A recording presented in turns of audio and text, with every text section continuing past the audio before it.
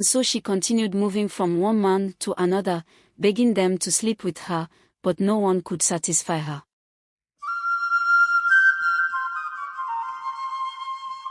Once upon a time in the small Igbo village of Mporo, there lived a young lady named Adeobi.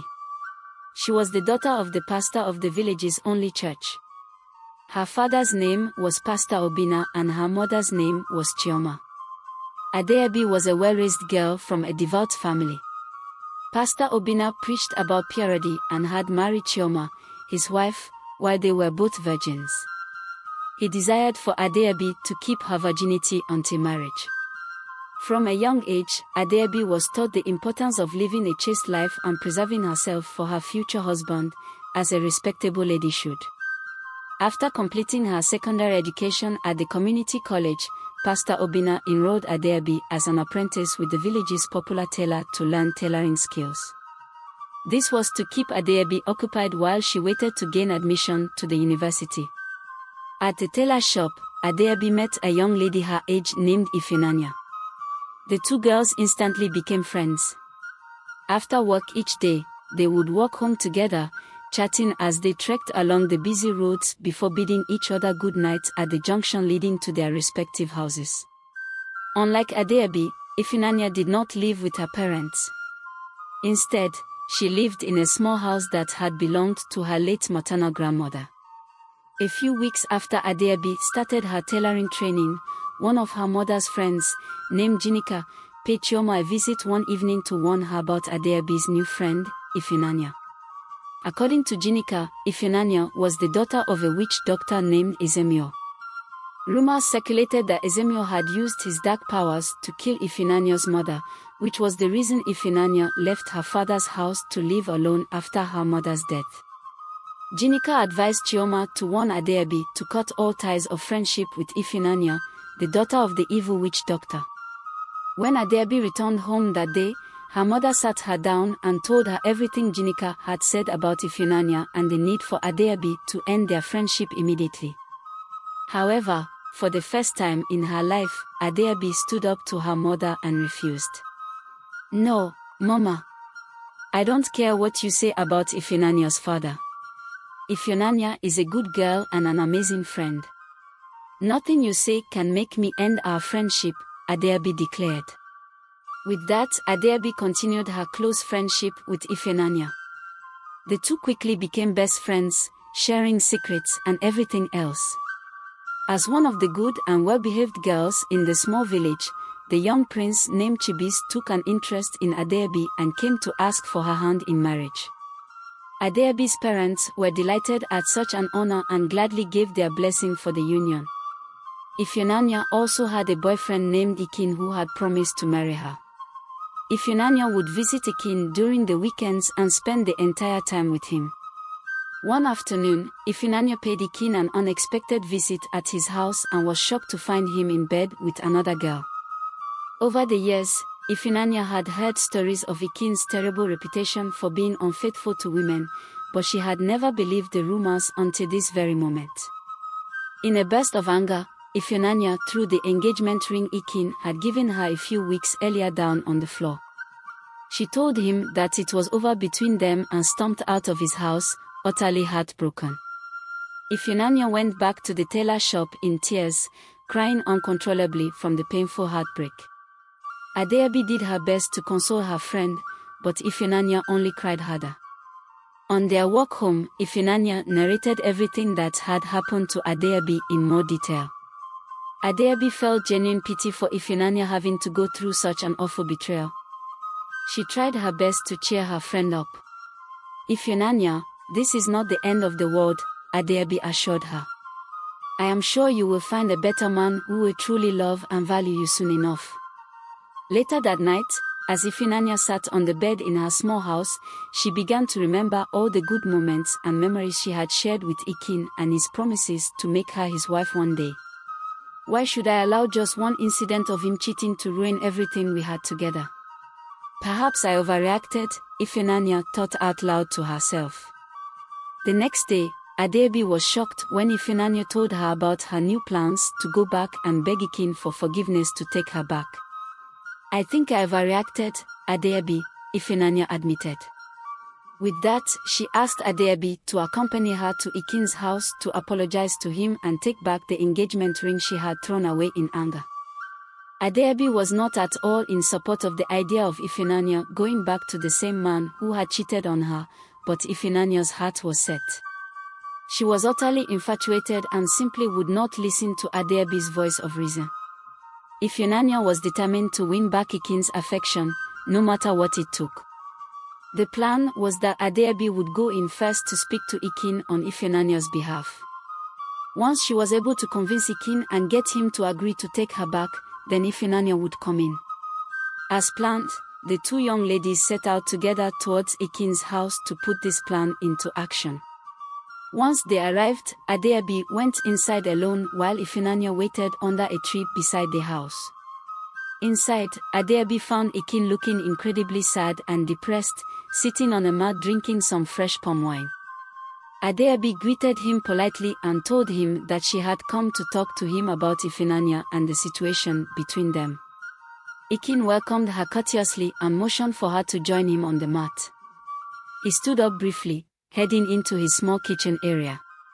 Unknown to Adeobi, inside the kitchen, Ikin opened a small pouch and added a mysterious powdery substance into an empty cup before pouring some of the palm wine into that same cup. Ikin returned and handed the cup of palm wine over to Adeobi. She thanked him and took a sip of the tainted drink. That was the last thing Adeobi could remember. Adeobi woke up some time later to find herself in a complete daze, lying on Ikin's bed in a devastated state with her clothes scattered everywhere. It didn't take long for the sickening realization to hit her. Ikin had taken advantage of her and forcefully stripped her of her precious virginity. Just as Adeobi was trying to make sense of this horrifying situation, Ifunanya came barging into the house after growing impatient from waiting too long outside. Ifunanya was utterly shocked at the scene of her best friend Adeobi in such a compromising state on Ikin's bed. Before Adeobi could get a word out to explain, Ifunanya let out a piercing scream of anguish and betrayal. "You evil man! You forced yourself on me and took my virginity, all my pride and purity," Adeobi cried. Ifunanya's face contorted with rage. "You lying, deceitful snake! I knew you were filthy, but I never imagined you would stoop this low. Our friendship is over, you disgraceful harlot." With that, Ifunanya swirled around and stormed out of the house, leaving a traumatized Adeobi behind in her wake. Despite the false assumptions and misunderstandings, Adeobi could not find it within herself to go chasing after Ifunanya to try explaining what had really happened. She felt so ashamed, dirty, and utterly devastated over having her innocence stolen in such a cruel way. In the days that followed, Adeobi became very different from her usual self. She always looked sad and withdrawn, but she could not bring herself to tell her parents that she had lost her virginity, the most precious thing they wanted her to keep until marriage. Her father would see her as worthless if he found out. What use is a girl who is no longer a virgin? Adeobi thought about the prince. Would he still want to marry her if this got out?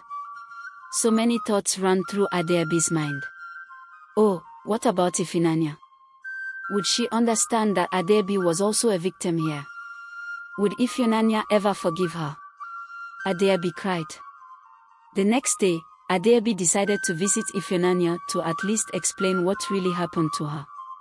As soon as Ifunanya saw Adeobi coming towards her house, she quickly chased her away. "How dare you show your face here, you little harlot!" Ifunanya shouted as she chased Adeobi out of her house, not wanting to hear what Adeobi had come to say. After Adeobi left, Ifunanya continued thinking about the perfect way to deal with Adeobi. "I will visit my father, and you will become the harlot that you truly are," Ifunanya concluded. That evening, Ezemil was seated in his shrine and was shocked to see his daughter Ifunanya standing at the door after so many years. In tears, Ifunanya told her father how the person she considered her best friend had betrayed her by taking away her future husband. "Father, I want you to make that harlot a public toilet for all the men in the village," Ifunanya said. Ho ho ho, Ezemo laughed. Truly, a lion cannot give birth to a goat. Ifunanya, you are truly your father's daughter. Now, take this calabash and call her name into it 3 times, and your wish will be granted, my daughter. In 3 days, she will become even worse than a harlot, running after all the men in the village, Ezemo assured his daughter. After trying in vain to beg Ifunanya for forgiveness, Adeobi decided she could not live in guilt forever. She must continue her life, whether a virgin or not. 3 days later, the prince paid a visit to Adeobi and her parents. He expressed his desire to take Adeobi to the palace to meet his parents and spend some time with them before the wedding. Adeobi's parents agreed it was a brilliant idea, and an excited Adeobi packed a few belongings and followed the prince to the palace to meet his parents, the king and queen. Upon arriving at the palace, Prince Chibiz introduced Adeobi to his parents, who were delighted to meet her and impressed with their son's choice of a wife. "Oh, the pastor's daughter," the king said excitedly. After dinner, they all said good night, and Adeobi was shown into a very beautiful room where she would be staying during her time at the palace. Towards midnight, it started raining. Adeobi woke up from her sleep and suddenly felt as if something had dropped on her body. She started having a strange, itchy feeling. Adeobi could hear someone talking in her head. "You need it. Go to his room and let him sleep with you," the voice said. And so, Adeobi stood up as if being controlled. She left her room and went into the prince's room. "I am cold," she said, shaking. The prince held her in a warm embrace, hoping it would make her keep her warm, but then Adeobi started moving her hands down his body. The prince was surprised at first because he was told that Adeobi was a virgin and he intended to keep it that way until their wedding night. "Are you sure you want to do this?" he asked. "Yes, my prince," Adeobi replied, and so he slept with her. However, it didn't end there. Adeobi kept asking for more and more until, by daybreak, the prince was exhausted and tired, but Adeobi was still ready to go on. "What manner of a lady is this?" the prince asked. The frustrated prince took Adeobi out of the palace without saying a word to the king and queen. He took her straight back to her father's house and told them that the wedding was off and left. When her parents asked Adeobi what went wrong at the palace, she lied to them that the prince was angry because she refused to allow him to touch her. "You have done well, my daughter. Do not compromise your purity for anyone, prince or not," Pastor Obina said and hugged his daughter proudly. The next day, on her way to the tailor's shop, the strange itchy feeling and the strange voice in her head started again. "Adeobi, you need a man now," it thundered. Just then she spotted someone coming from the other side of the road. It was Kolu, a young man who had asked her out months ago but she had turned him down. Kolu was surprised to see Adeobi smiling at him, unlike her usual frown when she asked him to leave her alone. Before Kolu knew what was happening, Adeobi had hugged him tightly.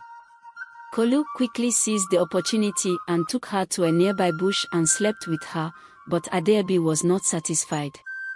She kept on demanding for more until Kolu ran for his dear life. And so she continued moving from one man to another, begging them to sleep with her, but no one could satisfy her.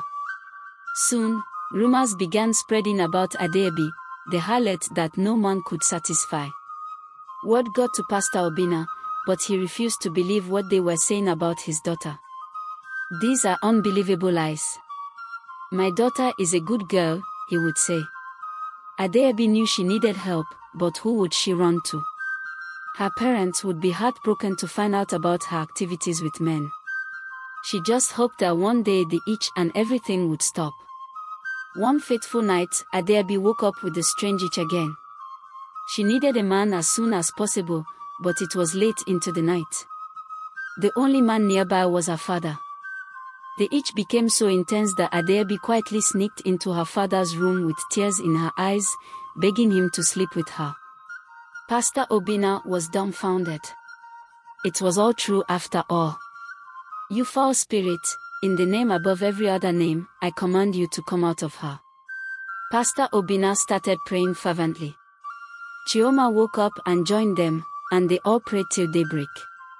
By morning, Pastor Obinna called some of his trusted church members, and they continued praying until the evil spirit that Ezemo had sent to Adeabi's body left and she was delivered. Months later, Adeabi got admitted into the university in the big city and left the small village for school, leaving all the awful experiences behind. During her final year, Adeabi met a young man named Afimafuna. They fell in love, and he soon asked her for her hand in marriage. After graduation, Adeabi and Afimafuna got married, and she moved to the big city to live with her husband. However, Adeabi and Afimafuna constantly visited Mporo to see her parents. On one of their visits, Adeabi saw a mad young woman begging for alms on the road. When she stopped to give her something, she instantly recognized who it was. It was Ifunanya. The years had not been kind to Ifunanya, who now looked disheveled and broken. Adeabi felt a pang of sorrow for her old friend. Despite everything, she wished Ifunanya well and prayed silently that Ifunanya would find peace someday. Adeabi's life had come full circle, and though she had endured pain and betrayal, she had found love, forgiveness, and a new beginning. Thanks for watching. Check out my next video and don't forget to subscribe for more folktale stories.